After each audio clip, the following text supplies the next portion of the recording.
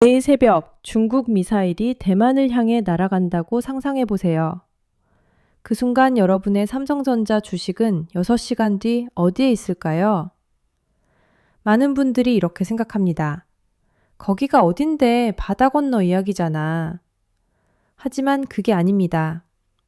2026년 2월 블룸버그 이코노믹스가 발표한 보고서를 읽는 순간 그 생각은 완전히 달라집니다. 한국 GDP의 23%가 사라진다. 단 1년 만에. 코로나보다 크고 2008년 금융위기보다 심각한 충격이 우리 경제를 덮친다는 계산이죠. 오늘 아무도 제대로 말해주지 않는 이 이야기를 숫자와 시나리오로 함께 파헤쳐 보겠습니다. 블룸버그 이코노믹스는 올해 2월 대만 전쟁 시나리오를 5단계로 나눠 전 세계 경제 충격을 계산했습니다. 전면전을 기준으로 한 전론은 이겁니다. 첫 해에만 10조 6천억 달러가 세계 경제에서 증발합니다. 이게 얼마냐고요? 코로나19가 2020년에 입힌 전 세계 경제 피해를 뛰어넘는 수준이고 2008년 금융위기와 비교해도 훨씬 큰 규모입니다. 세계 GDP의 9.6%가 1년 만에 날아가는 거죠. 그런데 우리가 주목해야 할 건 국가별 피해 순위입니다. 1위는 대만입니다. GDP의 40%가 사라집니다. 사실상 국가 경제가 반토막 나는 거죠. 2위는 중국, 11%가 날아갑니다. 그리고 3위가 한국입니다. 23.3%가 감소한다는 계산이죠. 일본이 14.7%, EU가 10.9%인 걸 생각하면 한국은 일본보다 훨씬 크고 EU의 2배에 달하는 피해를 입는 겁니다. 왜 한국이 이렇게 취약할까요? 답은 반도체입니다. 블룸버그는 한국 GDP 타격의 15.5%가 반도체 하나에서 나온다고 분석했습니다. 나머지 무역이 6%, 금융이 1.5%입니다. 이 세 가지가 합쳐져 23%가 됩니다. 2025년 기준으로 반도체는 한국 전체 수출의 24.4%를 차지합니다. 역대 최대 수출 기록을 해마다 갱신하는 그 핵심 품목이 직격탄을 맞는 겁니다. 수출이 막히면 기업 이익이 줄고, 기업 이익이 줄면 고용이 흔들리고, 고용이 흔들리면 소비가 죽습니다. 경제학에서는 이걸 승수 효과라고 부르는데 반도체 한 분야의 충격이 전체 경제로 퍼져나가는 구조입니다. 그러니까 이건 주식 투자자만의 이야기가 아닙니다. 여러분 통장에 꽂히는 월급, 집값, 일자리 모두 연결되어 있습니다. 전쟁이 반드시 미사일이 날아드는 방식으로 시작하지는 않습니다. 블룸버그는 5가지 시나리오를 제시했고 오늘 우리는 현실 가능성 순으로 3단계를 파고들겠습니다. 첫 번째는 해상 봉쇄입니다. 중국이 대만 해협을 막는 거죠. 미사일은 안 쏩니다. 배들이 지나가지 못하게 막고 물자 공급을 차단하는 방식입니다. 블룸버그가 매우 낮음으로 평가했지만 단계적 압박 과정에서 실제로 가장 먼저 나올 수 있는 카드이기도 합니다. 그리고 이게 가벼운 시나리오처럼 보여도 한국 경제에 주는 충격은 만만치 않습니다. 한국 전체 수출입 물동량의 40% 이상이 대만 해협과 남중국해를 통과합니다. 해상 봉쇄가 시작되면 이 물류가 전부 막히거나 돌아가야 합니다. 코로나 팬데믹 때 기억하시죠? 컨테이너 하나 값이 10배로 뛰었고 납기가 무너지고 원자재가 들어오지 않아 공장이 멈췄습니다. 해상 봉쇄는 그것보다 훨씬 직접적인 충격입니다. 원자재가 안 들어오면 생산이 멈추고 완성품이 못 나가면 매출이 줄어듭니다. 여러분이 이 상황에서 수출 의존 기업 주식을 들고 계시겠습니까? 아니면 현금을 확보하시겠습니까? 댓글로 알려주세요. 두 번째는 부분 침공입니다. 중국이 대만의 외곽 도서 지역을 먼저 압박하고 장악하는 방식입니다. 사실 중국은 1954년 이장산다오를 점령하고 1958년에는 진먼섬에 무려 47만 발이 넘는 포탄을 퍼부은 역사가 있습니다. 부분 침공이 시작되면 국제사회의 제재가 즉시 발동됩니다. 미국이 반도체와 첨단 기술 수출을 전면 차단하고 중국은 이에 맞서 보복 조치를 취합니다. 한국 입장에서는 최악의 조합입니다. 대중국 수출이 전체의 18%인데 이 시장이 동시에 막히고 글로벌 공급망도 흔들리기 시작합니다. 수출의 두 축이 동시에 흔들리는 시나리오죠. 세 번째가 전면전입니다. 이게 블룸버그가 GDP 23% 감소를 계산한 시나리오의 전제입니다. 미국이 군사적으로 개입하고 일본이 기지를 제공하고 동아시아 전체가 전쟁의 소용돌이에 빠지는 경우입니다. 이때 가장 먼저 멈추는 게 바로 TSMC입니다. 대만 북부의 신주 사이언스파크, 세계 첨단 반도체 생산의 신장부가 전쟁터가 되는 거죠. 그리고 여기서 많은 분들이 떠올리는 질문이 있습니다. TSMC가 멈추면 삼성이 그 자리를 채우는 거 아닌가요? 이 질문에 제대로 답하려면 먼저 TSMC와 삼성이 어떻게 다른지를 알아야 합니다.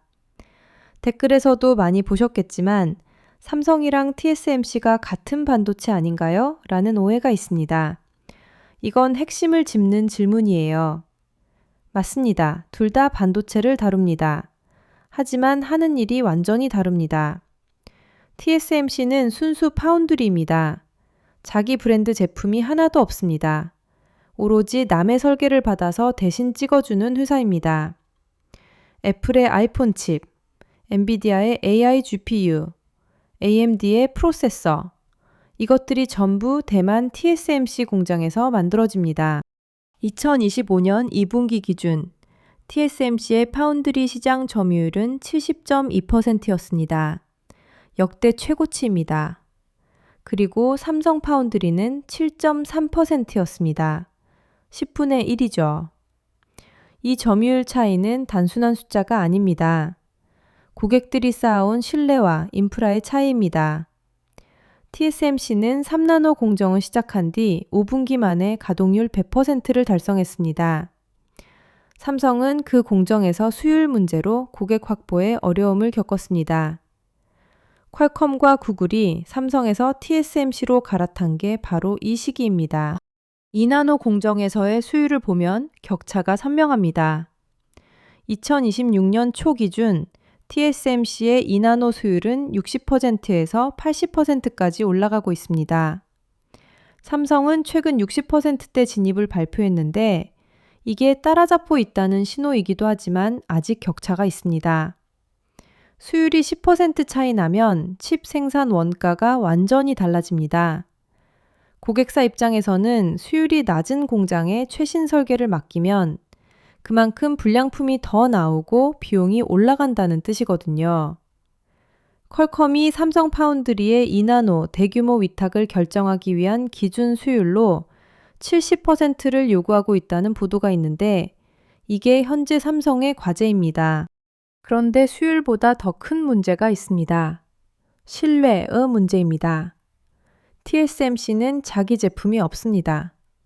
그래서 고객 기밀이 경쟁에 쓰일 걱정이 없습니다. 반면 삼성은 반도체를 직접 설계하고 파는 회사이기도 합니다.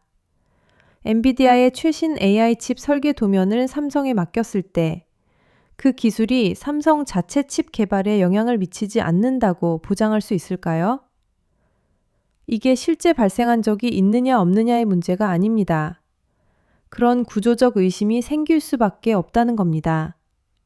그래서 테슬라가 삼성과 AI 리스 칩 계약을 맺고 엔비디아가 평가 중인 건 지정학 리스크 해지라는 맥락에서 이해해야 합니다. TSMC에 100% 올인하는 게 너무 위험하다는 판단이죠. 그렇다면 TSMC가 전쟁으로 실제로 멈춰버리면 삼성이 수혜를 받을까요? 단기적으로는 수요가 몰릴 수 있습니다. 그런데 냉정하게 생각해 봐야 합니다. 삼성 파운드리 공장이 어디에 있죠? 경기도 화성, 평택입니다. TSMC가 멈추는 그 전면전 시나리오에서 한반도는 안전한가요? 주한미군이 전쟁에 개입하는 순간 한국 자체가 전쟁의 사정권 안에 들어옵니다. 그러니까 TSMC가 멈춰도 삼성 공장 역시 위험에 처하는 역설이 생깁니다. 이 이야기의 가장 무서운 부분이 여기 있습니다. 대만 전쟁이 시작되는 순간 주한미군은 자동으로 전략적 유연성을 발동합니다. 평택 캠프 험프리스의 전투기들이 이륙하고 핵 추진 항모가 서해와 남해로 이동하기 시작합니다. 미사일 방어망이 켜지고 정보 공유 시스템이 풀 가동됩니다. 이 순간 중국 지도부 눈에 한국은 뭐로 보일까요? 중립국이 아닙니다. 미군 전진기지가 풀가동 중인 전쟁 지원 국가로 보입니다. 중국 입장에서는 한국 땅의 미군 기지가 대만 공격 작전에 직접 활용되고 있다고 판단할 수 있습니다. 미 의회 조사국이 2024년 발표한 보고서에는 명확한 경고가 담겨 있습니다.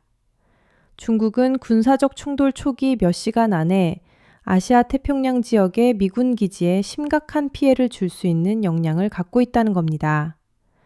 중국 군사 전문가인 나일 골드스타인 선임연구원은 대만 유사시 중국이 한국에 주둔한 미군을 표적으로 삼을 가능성을 직접 지적했습니다. 이란이 이라크 미군 기지를 공격했던 방식처럼 중국도 한반도의 미군 기지를 선제 타격 목표로 삼을 수 있다는 분석이죠. 이란의 공격이 대만 시나리오의 예행 연습처럼 보이는 이유가 여기 있습니다. 북한 변수도 빼놓을 수 없습니다. 2026년 현재 러시아와 북한의 밀착은 역대 최고 수준입니다. 북한 병사들이 러시아 우크라이나 전선에 파병됐다는 게 이미 공식 확인됐습니다. 중국 북한 동맹 관계에서 대만 전쟁이 터지면 북한이 그냥 구경만 할까요? 한반도와 대만에서 동시에 위기가 발생하면 한국 GDP는 60% 이상이 날아간다는 분석도 있습니다. 이건 경제 위기가 아니라 생존의 문제입니다. 그래서 한국의 딜레마가 극도로 첨예해집니다. 미국 편에 확실히 서면 중국의 보복이 시작됩니다. 대중국 수출 18%, 연간 2천억 달러에 달하는 시장이 한순간에 닫힙니다. 사드 때 겪었던 한한령의 몇십 배 규모의 경제 보복이 올 수 있습니다. 반면 중립을 선언하거나 미국 요청을 거부하면 한미동맹 자체가 흔들립니다. 북한에 대한 억지력이 무너지는 거죠. 이건 이전에 제가 다룬 안보 공백 이야기와 정확히 연결됩니다. 한국은 어떤 선택을 해도 비용을 치르는 구조에 갇혀 있습니다.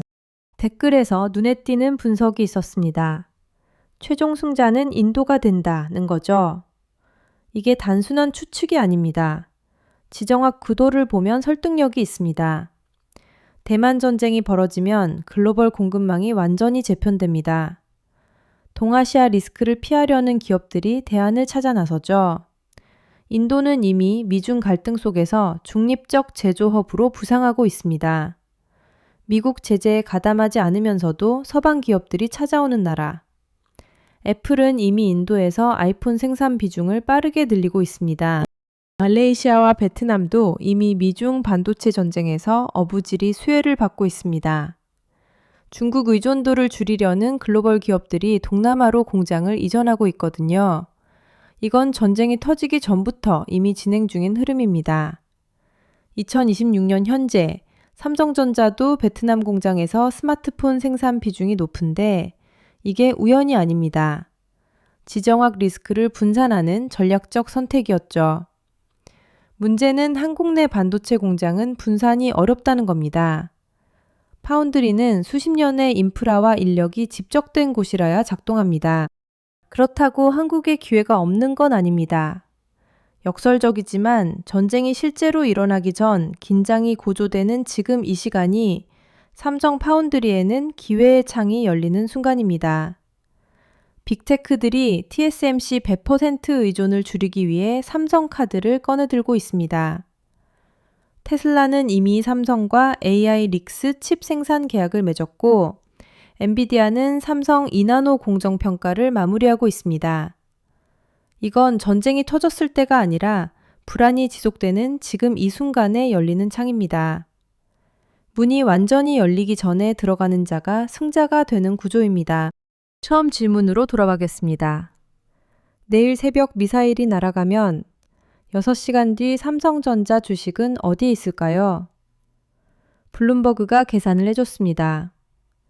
GDP 23% 증발, 반도체 15.5% 직격, 무역 6% 차단. 그러나 블룸버그는 전면전 가능성을 낮음으로 평가했습니다. 지금 당장 폭발하는 것보다 긴장이 지속되는 상태가 더 오래 이어질 가능성이 높다는 거죠.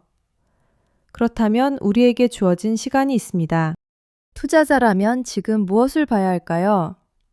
대만 해협 긴장이 고조될 때마다 어떤 자산이 움직이는지 패턴을 파악해야 합니다.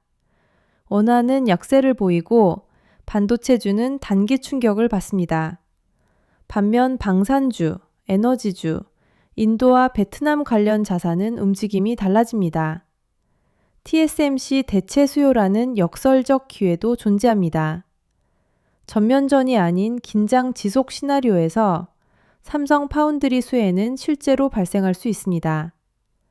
모든 시나리오에서 똑같이 대응할 이유가 없습니다.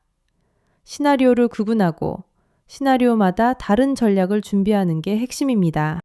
일반 시민이라면요, 지금 이 긴장이 어디서 비롯된 건지 알아야 합니다. 중국의 대만 침공 시나리오가 단순한 영토 전쟁이 아니라 반도체 패권, 태평양 해양 통제권, 달러 패권에 대한 도전이라는 걸 이해해야 합니다.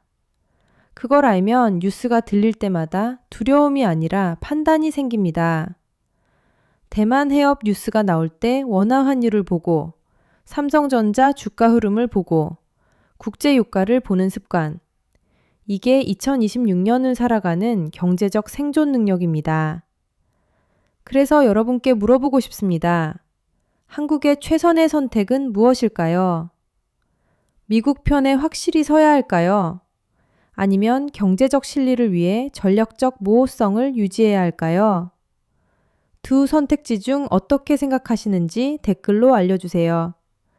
여러분의 답이 이 시리즈의 다음 방향을 만들어갑니다. 사실 이 이야기에는 아직 다루지 못한 축이 있습니다. 반도체 전쟁의 진짜 무기는 설비가 아니라 EDA 소프트웨어와 IP 설계 기술이라는 것. 그리고 그 싸움에서 미국이 한국과 대만을 어떻게 활용하려 하는지 다음 편에서는 그 이야기를 꺼내보겠습니다. 이 시리즈 놓치지 않으려면 구독 눌러두세요. 오늘 영상이 도움이 됐다면 좋아요 한 번만 눌러주세요. 전쟁은 준비한 자에게 기회가 되고 모르는 자에게 재앙이 됩니다. 우리는 알아야 합니다.